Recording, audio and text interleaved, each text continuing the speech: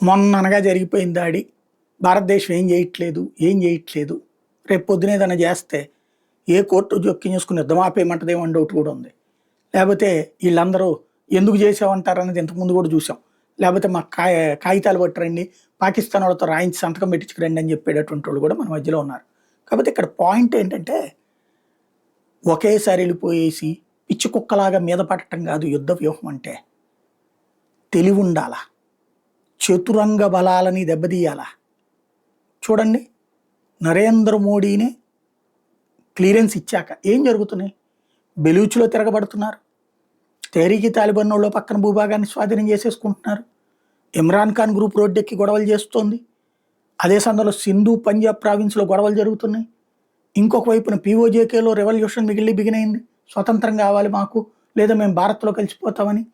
వీటన్నిటి మధ్యన వాళ్ళ నేవీకి సంబంధించినటువంటి దానికి మన నౌకలు ఆపేశాం, అలాగే కమ్యూనికేషన్స్ ఆపేశాం, దిగుమతులు ఆపేశాం. అంటే అన్ని రకాలుగా దిగ్బంధిస్తున్నారు. ఈ నిర్ణయాలను ఎవరు తీసుకుంటున్నారు?